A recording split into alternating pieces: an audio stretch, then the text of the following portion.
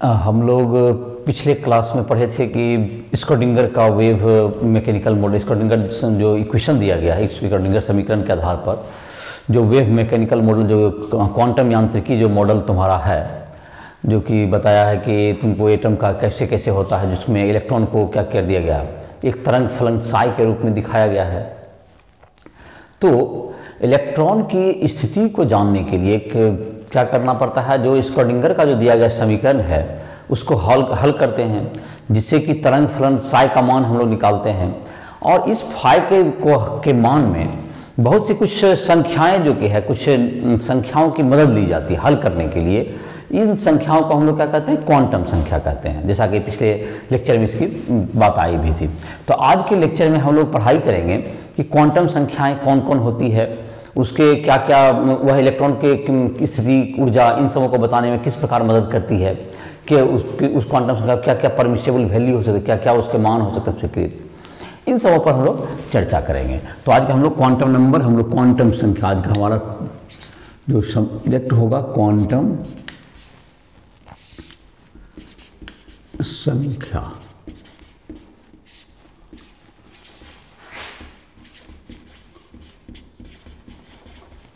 Quantum number.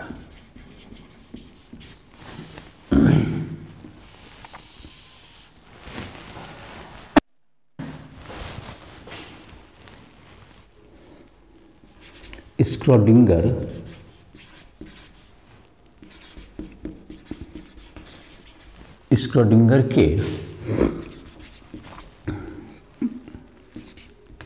समीकरण को हल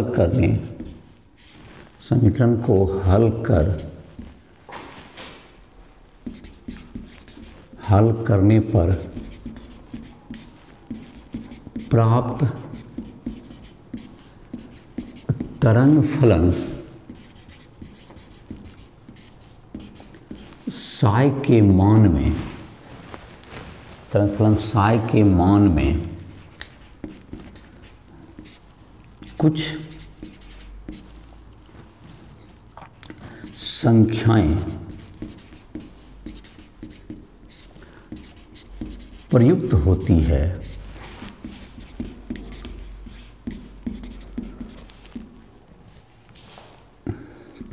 है, जो त्रिविमा में इलेक्ट्रॉन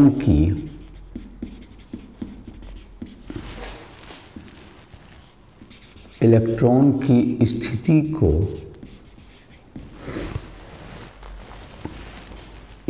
को व्यक्त करती है,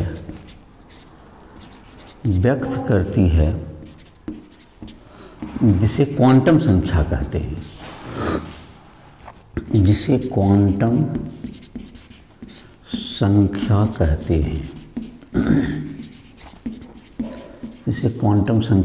हैं, तो क्वांटम संख्या मुख्यतः चार प्रकार के हैं। क्वांटम संख्या मुख्यतः चार क्वांटम संख्याएं हैं, मुख्य चार क्वांटम संख्याएं हैं, जिसमें पहला है तुमको अंडरस्टैंड क्या कहते हैं। तो मुख्य चार क्वांटम संख्याओं के द्वारा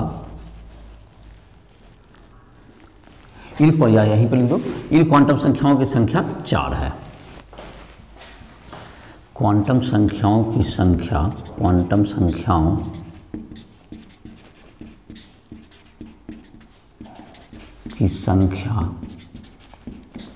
4 होती है, संख्या 4 है। जिसमें कि प्रथम हम लोग पढ़ते हैं, पहला नंबर मुख्य क्वांटम संख्या, इसको इंग्लिश में हम लोग कहते हैं प्रिंसिपल क्वांटम नंबर, मुख्य क्वांटम संख्या। Principal quantum number.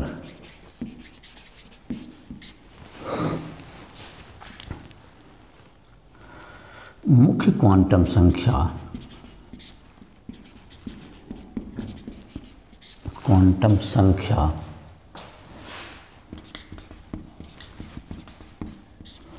इलेक्ट्रॉन की कक्षा संख्या को बताती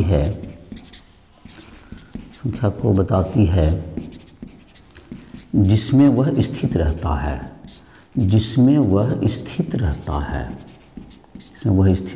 है।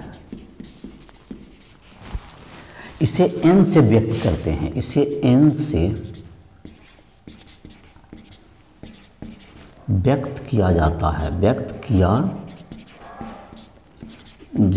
है। तो मुख्य क्वांटम संख्या को किससे व्यक्त करते हैं हम लोग? n से व्यक्त करते हैं। जैसे कि n बराबर 1 का मतलब हुआ प्रथम कक्षा, जिसको L के सेल कहते हैं, KLMN ऐसा सेल का नाम पढ़ा होगा। तो n बराबर 1 मतलब हो गया प्रथम कक्षा, n बराबर 1 मतलब प्रथम कक्षा, फर्स्ट ऑर्बिट। ये हो गया के सेल, के कक्षा, के सेल, KLMN। तो जाहिर है कि n बराबर 2 क्या हो जाएगा तुम्हारा? दूसरी कक्षा, दैट इज L सेल। तो ये तुम्हारा हो गया L सेल। और तुमको दूसरा हो गया, तुम्हें तीसरा जो है तुमको क्या हो जाएगा फिर? KLMN होता है, तो n बराबर 3 का मतलब क्या होगा तुम्हारा? तीसरी कक्षा, n बराबर 3 तीसरी कक्षा। और ये हो गया तुम्हें KLM सेल, सेल हो गया। तो इसी तरह से, इसी प्रकार इस क्वांटम संख्या के द्वारा हम लोग मुख्य क्वांटम संख्या के द्वारा ही लिख दो। मुख्य क्वांटम संख्या के द्वारा हाइड्रोजन जैसे परमाणु की,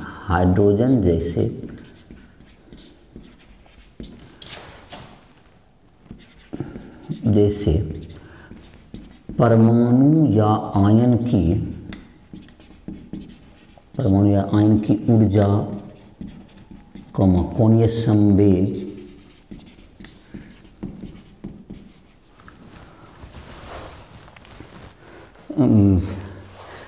संवेग, त्रिज्या एवं वेग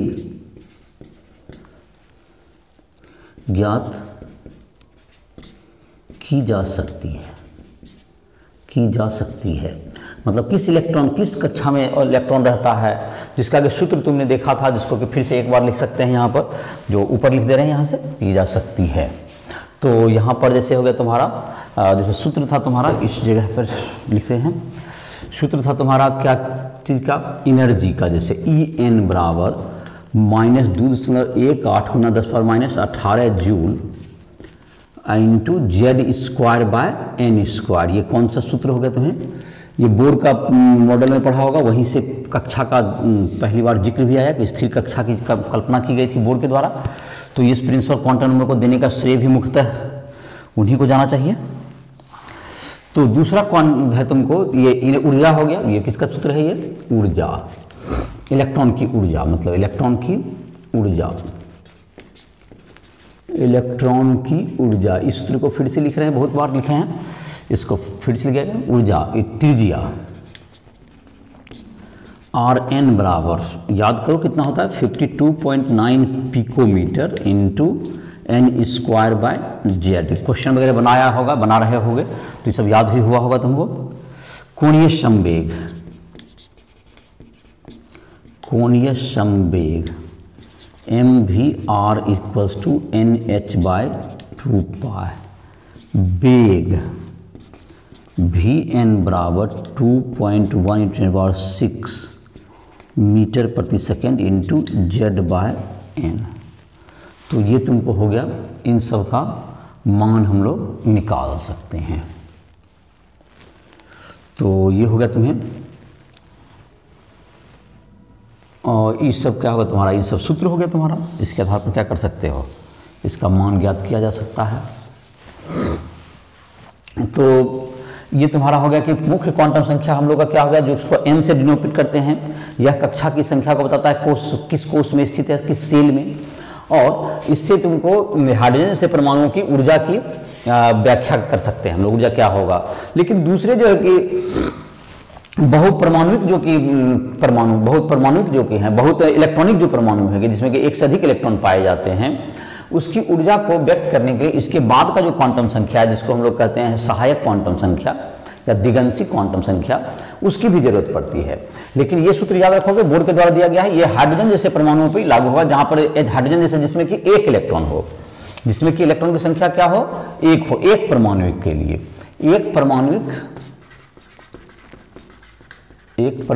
एक इलेक्ट्रॉनिक, एक परमाणुविक नहीं, एक इलेक्ट्रॉन वाले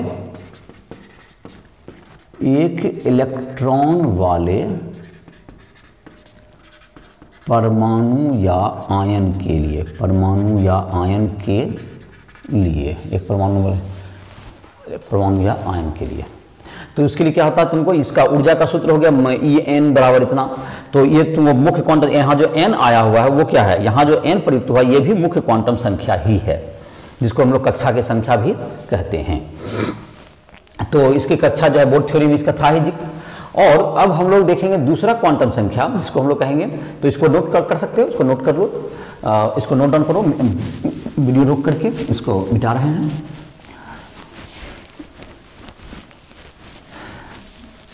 क्वांटम संख्या के आधार पर बहुत से जो आगे इलेक्ट्रॉन को किस आधार पर भरा जाएगा, इलेक्ट्रॉनिक विन्यास, इन सब लिखने में भी काफ़ी मदद करती है, और इलेक्ट्रॉन का तुमको स्थिति, इन सबको जानने में भी मदद करेगी। एनसीईआरटी बुक में भी जो तुम्हारा एक्सरसाइज है उसमें भी बहुत से प्रश्न दिए गए हैं इस पर आधारित। ऑब्जेक्टिव जो बनाओगे तुमको, जो कि राइट ऐप पर भी आ सकते हो, प्ले स्टोर से डाउनलोड करो, राइट ऐप पर तुमको मिल जाएगा, 10वीं के क्वेश्चंस मिल जाएंगे। काफ़ी ऑब्जेक्टिव क्वेश्चन इस चैप्टर के काफ़ी रहते हैं क्वांटम संख्या पर आधारित। और जिस स्टूडेंट को पढ़ने में दिक्कत हो रही है, किसी को समझने में परेशानी हो, तो हमसे संपर्क कर सकता है। राइट ऐप पर हमारा जो पर्सनल नंबर, हमारा जो है तुमको फ़ोन नंबर है, व्हाट्सएप नंबर है, सब चीज़ मिल जाएगा, ईमेल, तो वहाँ से तुम हमसे संपर्क कर सकते हो। नोट्स भी उस पर लिख सकते हो,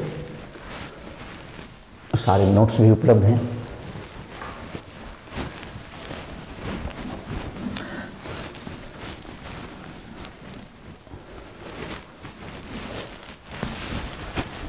अब है तुमको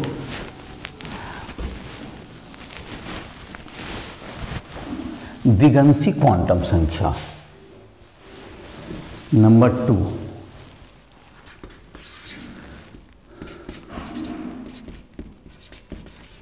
दिगंशी क्वांटम संख्या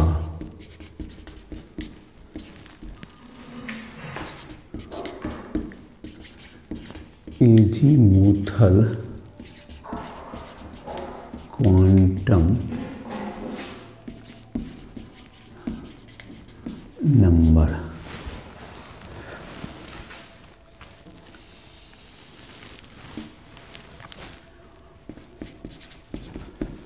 दिगंशी क्वांटम संख्या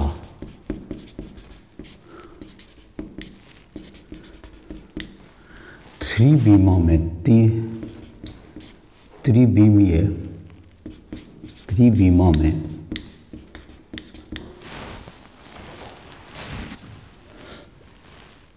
कक्षा की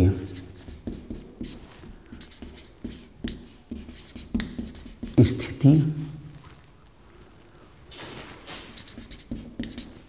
को बताती है।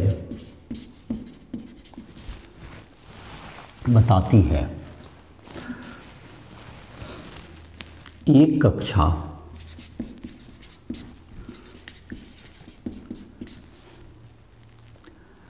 या सेल, एक कक्षा या सेल बहुत से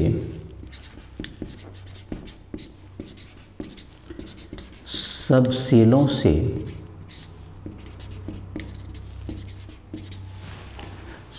से निर्मित होती है, निर्मित हो सकती है।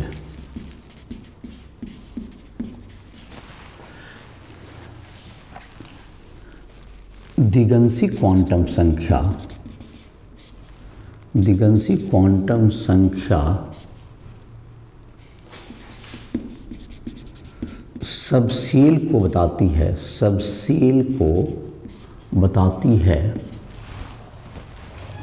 सबसेल को बताती है, सबसेल को बताती है। इसे L से सूचित किया जाता है, इसे L से सूचित किया जाता है, इसे L से सूचित किया जाता है, इसे L से सूचित किया जाता है। तो L बराबर 0 हो गया, वह हो गया S सबसेल के लिए, L बराबर 0 हो गया S सबसेल के लिए, L बराबर 0 S सबसेल का ये संकेत होता है। पहले एक और लाइन लिख दें, L का मान 0 से n-1 तक होती है,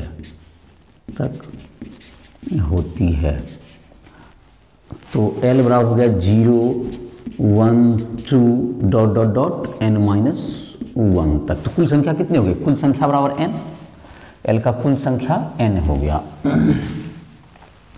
L बराबर 0 1 2 डॉट डॉट डॉट n-1। तो अब है तुमको L का तक हो जाएगा इसका। अब हो गया तुमको L बराबर 0 का मतलब हो गया, L बराबर 0 का मतलब S सबसेल, L बराबर 0 कहते हैं इसको S सबसेल के लिए संकेत हो गया, S सबसेल, S सबसेल के लिए L बराबर 0। L बराबर 1 होता है तुमको P सबसेल, इसका नाम हो जाता है, इसका नाम हो गया P सबसेल। L बराबर 2 होता है तुमको संकेत LP, इसका नाम होता है D सबसेल। जैसे कि K कक्षा का नाम था, ये उप कक्षा का नाम हो गया SPDF। अब तुमको L बराबर क्या हो जाएगा, जैसे कि यहाँ से बढ़ सकते हो आगे, L बराबर 3 हो जाएगा, तो SP हो गया, D हो गया, तो अब क्या हो जाएगा F सबसेल, DF। G वगैरह भी लिखता है, जिसकी G की जरूरत नहीं पड़ती, जैसे SPDFG ऐसे करके आगे बढ़ेगा GH। तो इस तरह से क्या होगा, इसका कक्षा का L का मान बढ़ते जाएगा। तो L जो है दिगंशी क्वांटम संख्या, ये किसको बताता है, इसकी कक्षा को, उप कक्षा को बताएगा, जिसका कि क्या होगा तुम्हारा, जैसे कि पहली कक्षा में है तो 1s हो गया, तो 1s ऑर्बिटल, 1 में खाली क्या हो सकता है, 1s ऑर्बिटल होगा केवल। पहली कक्षा में 1s खाली यही तुमको सबसेल होगा, तो 1s को मिला के हम लोग क्या कहेंगे, तो 1s। प्रथम कक्षा में जैसे कि n बराबर 1 के लिए, n बराबर 1 के लिए L बराबर क्या हो जाएगा, L बराबर 0 to 1 - 1 n-1 तक जो सूत्र बताए थे, तो 0 से 0, तो L बराबर सिर्फ क्या होगा, 0 ही होगा, तो सिर्फ 1s सबसेल का अस्तित्व होगा। अतः 1s ऑर्बिटल, 1 और s कक्षक उपलब्ध है, सिर्फ 1 में s कक्षक, L बराबर 1 में 1s कक्षक सिर्फ होगा, 1 में s होगा। अब जैसे कि n बराबर 2 लेते हैं, तो L बराबर क्या हो सकता है, 0 से लेके 0 से 2 - 1, तो L बराबर क्या होगा, 2 है, L बराबर 0 और 1, तो इसका मतलब 2s में 2s और 2p, 2 होगा, 2s में 2p, ये 2 ऑर्बिटल, ऑर्बिटल इसको लिखते हैं जो कक्षक या ऑर्बिटल, 2 ऑर्बिटल हो जाएंगे, 2s और 2p। अब n बराबर 3 में देखते हैं क्या होगा, n बराबर 3 में क्या हो जाएगा, L बराबर 0 से लेके 3 तक, 0 से 3 - 1, तो L बराबर क्या होगा, 0 1 और 2 SPD, तो 3 में S 3P और 3D, 3 ऑर्बिटल होंगे, 3 को क्या हो गया तुमको, ऑर्बिटल 3 को हो गया, ये सब ऑर्बिटल हो गया 3 में। और जैसे n बराबर 4 है तो उसमें क्या होगा देख लेते हैं, n बराबर 4 में हो गया, L बराबर क्या हो जाएगा, 0 1 2 3 n-1 तक, तो 4 को हो गया, तो 4s 4p 4d और 4f सो ऑन, इसी तरह से सब में कर सकते हो। तो उसमें जैसे कि 5वां में तुमको कहा था G तक चला जाएगा, 5G तक, तो इस तरह से इससे भी ऑर्बिटल होते हैं। तो यही सब अनुमति हो तुम्हारा होगा। किसके जैसे 1 में कोई पूछ सकता है 1 में पीक क्यों नहीं होता है, तो उसको इसी क्वांटम संख्या के आधार पर बताएंगे कि 1 में सिर्फ क्या हो सकता है, उसकी जो दिगंशी क्वांटम संख्या या सहायक क्वांटम संख्या भी इसका नाम है, इसका दूसरा नाम होता है सहायक क्वांटम, सब्सिडियरी क्वांटम इंग्लिश में कहते हैं सहायक, जिसका इंग्लिश होता है सब्सिडियरी, इस नाम से भी इसको जानते हैं। तो L बराबर क्या होगा तुम्हें, इसका जो मान होगा तुम्हें L बराबर 0 1, L बराबर 0 याद कर लो, L बराबर 0 हुआ दिगंशी क्वांटम संख्या सब सेल को बताती है, L बराबर 0 हो गया किसके लिए, S सब सेल के लिए, L बराबर 1 हो गया P सब सेल के लिए, L बराबर 2 हो गया D सब सेल के लिए, F हो गया, L बराबर 3 हो गया D सब सेल के लिए, L बराबर 3 हो गया तुमको F के लिए, 0 1 2 3, 0 1 2 3, 0 means S, P1, D2, F3, SPDF, और उसका G हो जाएगा। G में इलेक्ट्रॉन चूंकि 120 तक नहीं जाता है तो उसके लिए G हम लोग ज़्यादा यूज नहीं करते हैं, इसलिए G का नाम नहीं ले रहे हैं। तो ये तुम्हारा उसका भी L क्या हो जाएगा, L 1 4 हो जाएगा, जैसे बढ़ जाएगा तुम्हारा। इस प्रकार से और किस कक्षा में क्या क्या अलाउड होंगे, जो कि तो तुम्हारा क्या है, पहला में सिर्फ 1s अलाउड है, दूसरा में 2s 2p, और तीसरा में 3s 3p 3d। तो जैसे कि तुमको कुछ एक आध क्वेश्चन जैसे दे सकते हैं हम, तो कक्षा के लिए जैसे कि इसको मिटा करके उसके बाद लिखते हैं, क्वेश्चन देखते हैं।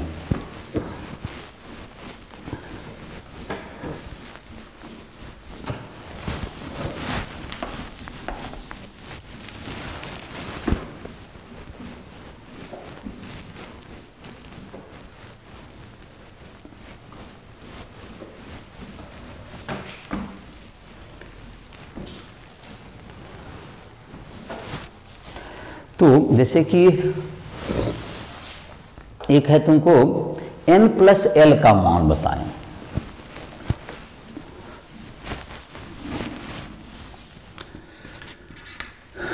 थ्री ऑर्बिटल के लिए, 3D ऑर्बिटल कक्षक जिसको कहते हैं के लिए n+l का मान ज्ञात करें। जैसे कि n+l का मान क्या होगा, तो 3D के लिए क्या होगा, 3D के लिए इसमें कक्षा कौन सी है, कक्षा 3 है, और D के लिए L बराबर कितना होता है, 0 होता है S के लिए, P के लिए 1, तो D के लिए कितना हो गया, 2 हो गया, इसे याद कर सकते हो। तो 3D के लिए n+l बराबर 3 + 2 बराबर 5, 3 + 2 बराबर क्या हो गया, ये 5 हो गया। तो ये तुम्हें हो गया 3D के लिए। अब है तुमको 4f के लिए क्या हो जाएगा, 4f के लिए n+l अगर निकालने के लिए कहें, 4f के लिए n+l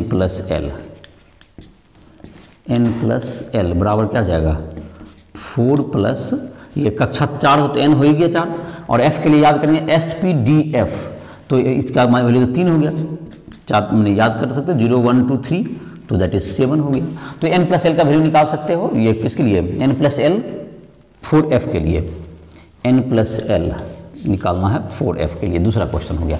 तो इस तरह से इसका n और l का वैल्यू निकालने के लिए समझ में आ गया होगा कि n क्या होता है तुमको, n हो गया तुमको कक्षा की संख्या जितनी है वो n हो जाएगा, और तुम्हें क्या हो गया, तुम दूसरा क्या हो गया, l का मान क्या हो जाएगा तुम्हारा, l हो गया जो कि SPDF, उसके आधार पर l का मान हो जाएगा तुम्हें। तो L के लिए, S के लिए क्या हो गया, तो बार बार बताया जा रहा है, S के लिए L बराबर 0, P के लिए L बराबर 1, और इस तरह से क्या कर सकते हैं हम लोग, निकाल सकते हैं।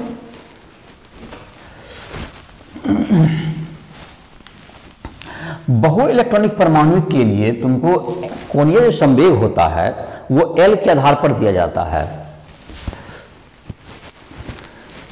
तो कोणीय संवेग जो तुमको इसमें लिख सकते हो एक सूत्र, जैसे तो एनसीईआरटी बुक में नहीं दिया हुआ है, कोणीय संवेग बराबर √L × L+1 × h/2π, ये कोणीय संवेग चक्रण के कारण जो कोणीय संवेग मिलता है वो इसका होता है, L पर निर्भर करता है। ये भी सूत्र लिख सकते हो, L पर निर्धारित होता है बहुपरमाणु के लिए। तो बहुपरमाणु की ऊर्जा के लिए भी तुमको L की भी जरूरत पड़ती है, जिसका आगे हम लोग देखेंगे। बहुपरमाणुक जो कि कक्षक जो होता है उसका ऊर्जा सिर्फ कक्षा पर निर्भर नहीं करता है, बल्कि उसकी उपकक्षा पर भी निर्भर करती है, सब सेल पर भी उसकी ऊर्जा निर्भर करेगी। तो ये तुम्हारा हो गया दूसरा क्वांटम संख्या। तीसरा क्वांटम संख्या जिसका नाम होगा तुमको चुंबकीय क्वांटम संख्या। तीसरा क्वांटम संख्या का नाम हो गया चुंबकीय क्वांटम संख्या, मैग्नेटिक क्वांटम नंबर।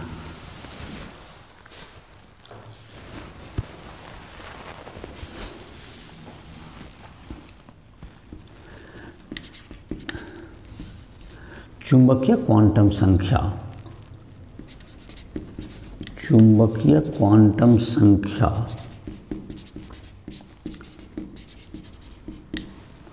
ऑर्बिटल के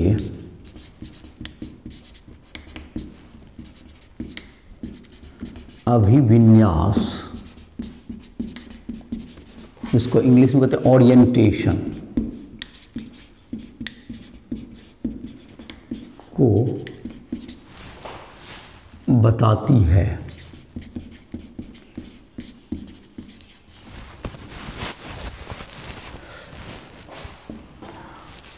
अर्थात दूसरे शब्द में यह किस दिशा में है उसको बताएगी, किस अक्ष के अनुदिश है, अभिविन्यास को बताती है। इसे ml से सूचित किया जाता है, सूचित किया जाता है, किया जाता है, ml सूचित किया जाता है। ml का मान -L से +L के बीच होता है, के बीच होता है। तो ml का मान -L, तो L बराबर 0, S सबसेल, S सबसेल के लिए, S सबसेल के लिए L बराबर कहता है 0, तो ml का मान क्या होगा -0 से +0, मतलब सिर्फ एक ही परमिसेबल वैल्यू आया कि ml बराबर क्या हो गया, ml बराबर 0 ही हुआ। तो इसकी एक ही आकृति होगी। तो s ऑर्बिटल की जो है 3 विमा में एक यूनिक आकृति होती है। s ऑर्बिटल की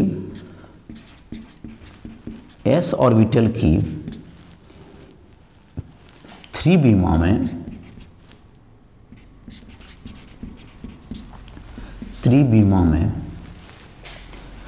3 विमा में सममित आकृति होती है,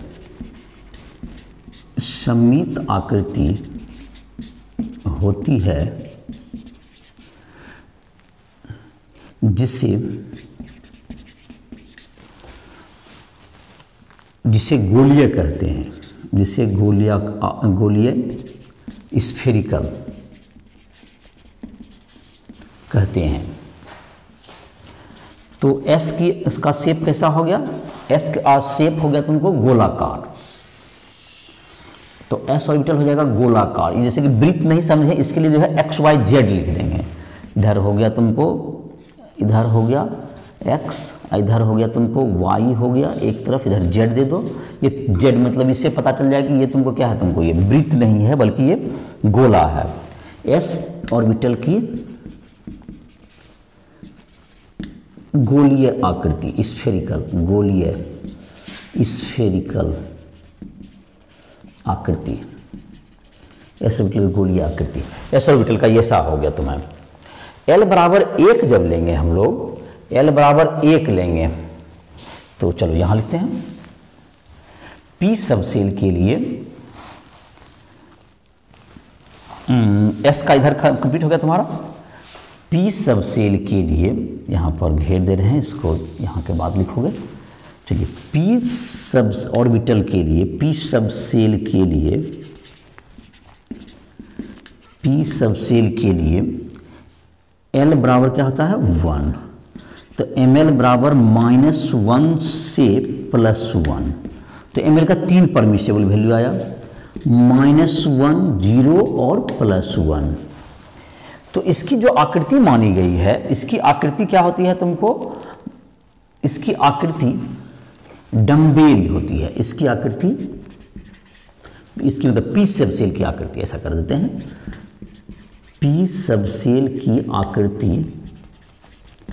डम्बेल, डम्बू की तरह, डम्बेल की तरह होती है, डम्बेल की तरह होती है।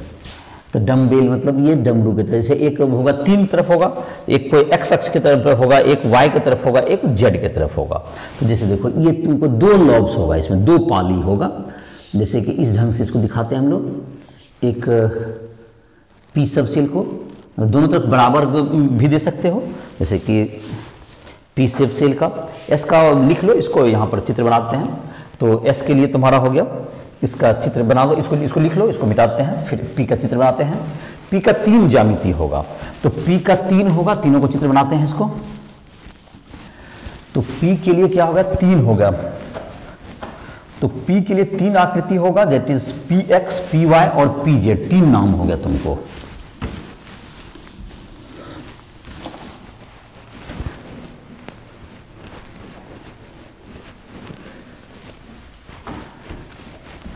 पी का 3 को ml का वैल्यू 3 है, तो इसका 3 आकृति होगा, एक एक्स अक्ष के अनुदिश, एक वाई के अनुदिश और एक जेड अक्ष के अनुदिश।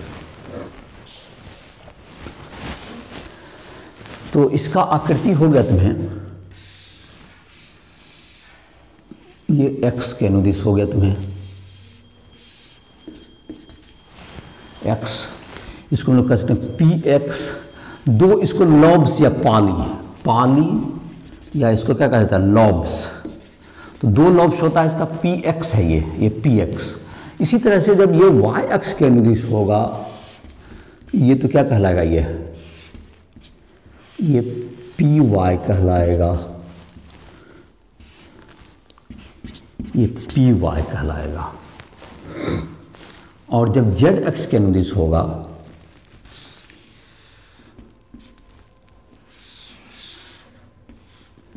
ये जेड अक्ष के अनुदिश होगा, तो ये क्या कहलाएगा, पी जेड कहलाएगा, पी जेड हो गया, P X, P Y, P Z. इसका ml का मान तुमको ये हो गया, पी सबसेल की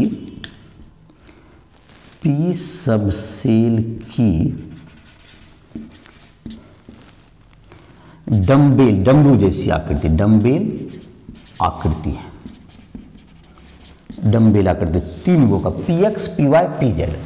इसमें किसी को -1 कर सकते हैं, किसी को 0 और किसी को +1, मतलब ये सीरियली में होना जरूरी नहीं है। इसका एक के लिए ml होगा, इसके लिए ml का वैल्यू 3 होता था, p के लिए ml का वैल्यू होता था तुमको -1, 0 और +1, p के लिए ये 3 गो है तुमको ml। तो इसमें सीरियली नहीं कि इसको -1 कहेंगे, इसको 0, इसको +1, ये जरूरी नहीं, किसी को भी आप कह सकते हैं। इसमें सिंबल 3 है, तो तीनों के लिए एक सिंबल का प्रयोग किया जाएगा। ये होगा तुम्हारा पी सबसेल के लिए। अब लिखते हैं डी के लिए। अब इसका चित्र बन गया पी का, अब डी का देखते हैं।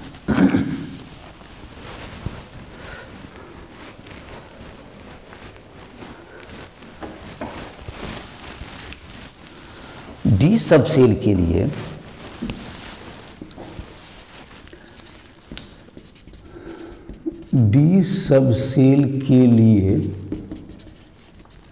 L बराबर 2, तो ml बराबर -2 से +2, तो कितना हो गया, ml का 5 मान हो जाएगा, -2, -1, 0, +1 और +2। तो ml का वैल्यू 2l + 1 भी कहते हैं, -l से +l, that is 2l + 1 value होता है, जिसके 2l + 1 मान संभव है। तो जैसे कि इसमें 5 वैल्यू आ गया, तो इसकी जो आकृति होती है, इसका आकृति लिया जाता है 5 शेप। देखो डी का बनाते हैं, डी का तुमको ये 2 लॉब्स होता है, मतलब दो तरफ, मतलब 2 लॉब्स होगा।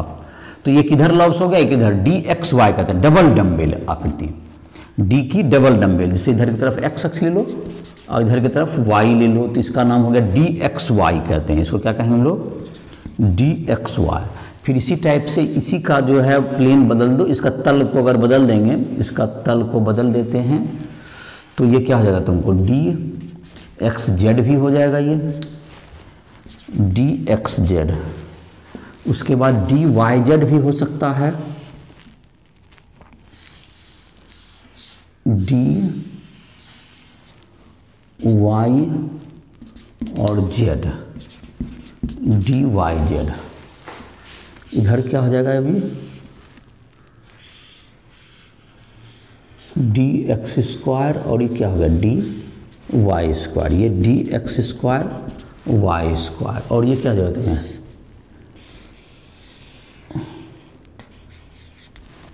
D Z square, D Z square. D orbital की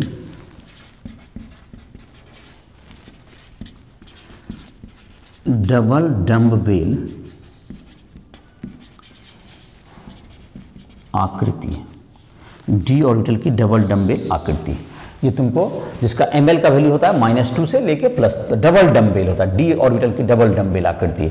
तो ये तुमको d x y, d x z, d y z और d x square Y square, x के मूल्य चाहिए, इसलिए x x that is x square लिखते हैं इसको। और ये डी जेड स्क्वायर, इसका जो ये जो पानी है जेड के मूल्य से, ये तुमको जेड अक्ष है, ये कौन सा अक्ष हो गया तुम्हें, और ये जो लॉब्स गया ये एक्स वाई प्लेन में जाएगा, ये जेड अक्ष है, ये जेड अक्ष हुआ, और ये जो तुम्हारा जेड जेड डैश तुम्हारा अक्ष हो गया, और जेड जेड डैश अक्ष है, डी जेड स्क्वायर कहते हैं, और ये जो तुम्हारा एक्स वाई तल में जाएगा, ये एक्स वाई प्लेन में, एक्स वाई तल में जाएगा, ये जो छोटा सा लॉब्स है।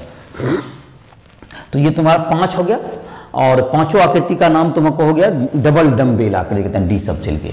जहां तक कि एफ के लिए है, एफ के लिए यहीं पे लिख देते हैं, एफ के लिए एल बराबर 3, तो एम एल बराबर -3 -2 -1 0 +1 +2 +3, 7 वैल्यू है। तो क्या हो गया इसका value 7 value.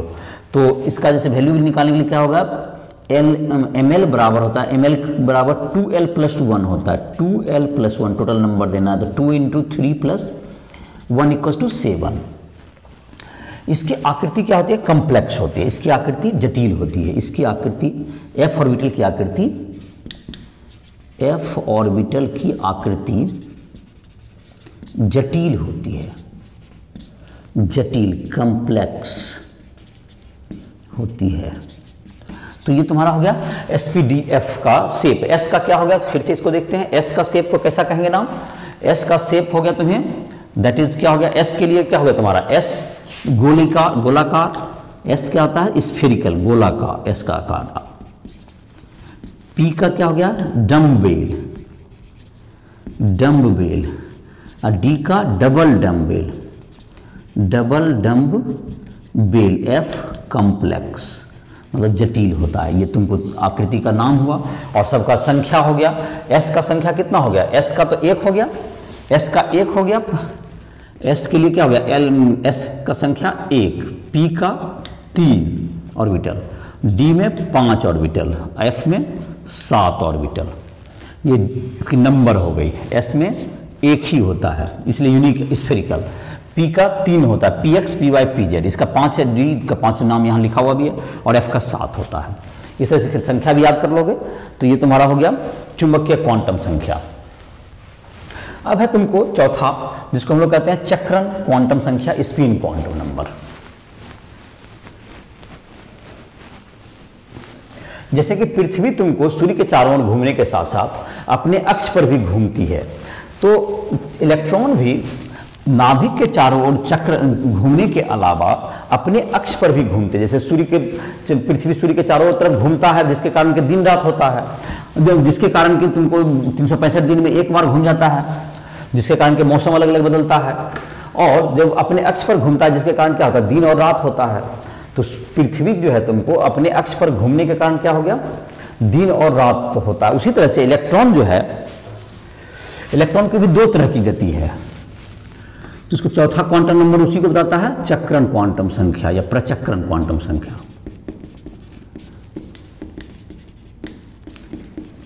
Spin quantum number. Electron नाभिक के चारों ओर चारों ओर चक्कर लगाने के अलावा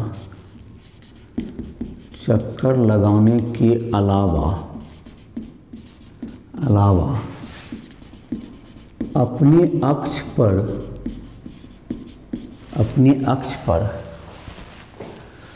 अक्ष पर भी घूमती है। अर्थात इसके इलेक्ट्रॉन के घूमने की दो दिशाएं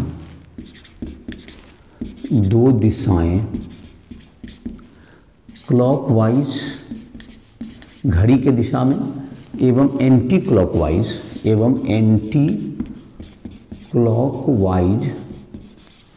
हो सकती है। एंटी क्लॉकवाइज हो सकती है। इसे चक्रण क्वांटम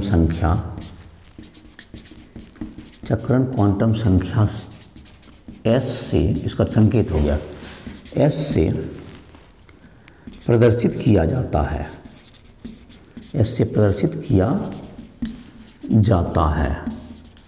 तो S बराबर होता है एगो प्लस हाफ, एगो माइनस हाफ हो गया, एक के लिए S हो गया प्लस हाफ, एक क्लॉकवाइज के लिए, एक एंटी क्लॉकवाइज। लेकिन ये डिफरेंट नहीं कि कौन क्लॉकवाइज, एक क्लॉकवाइज का है, एक एंटी क्लॉकवाइज, दो है, तो दोनों के लिए चक्रण क्वांटम संख्या एक प्लस हाफ, एक माइनस हाफ, एक क्लॉकवाइज, एक एंटी क्लॉकवाइज। ये सीरियली जरूरी नहीं है, जैसे कि इसको इस ढंग से भी दिखाते हैं। ये तुमको इसका एक दूसरा तरीका है दिखाने का, इस ढंग से दिखा दिया, एक नीचे दिखा दिए।